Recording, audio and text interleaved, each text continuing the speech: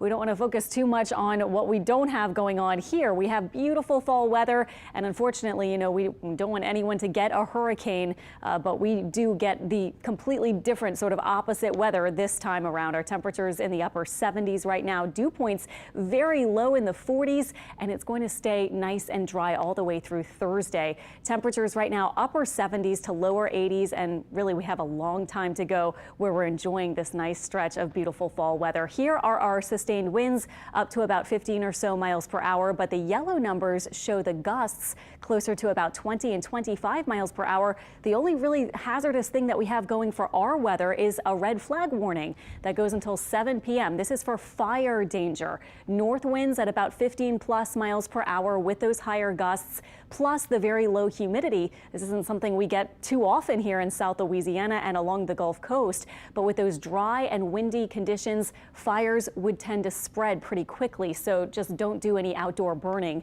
today and probably the next couple of days as we stay in this continued pattern. So back to Ian really quickly. Here is our front. Here's our high pressure building in, and it's very close to this very strong low pressure area, of course, which is now the center, just moving north of the coast of Cuba. Notice over in southern Florida, we're seeing the rain. In fact, even some pockets of heavy rain around Miami. And this is, of course, a tornado watch box for potential spin-ups as this system continues moving to the north.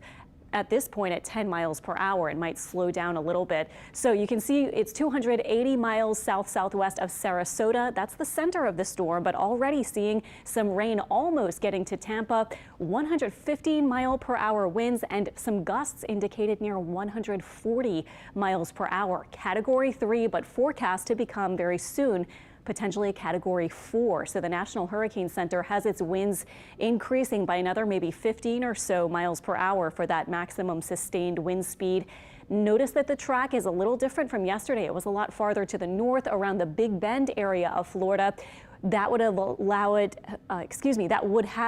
it to encounter some shear and weaken. But if it takes this more early kind of landfall somewhere around Tampa or just south of Tampa, then that would bring higher winds along the coastline just south.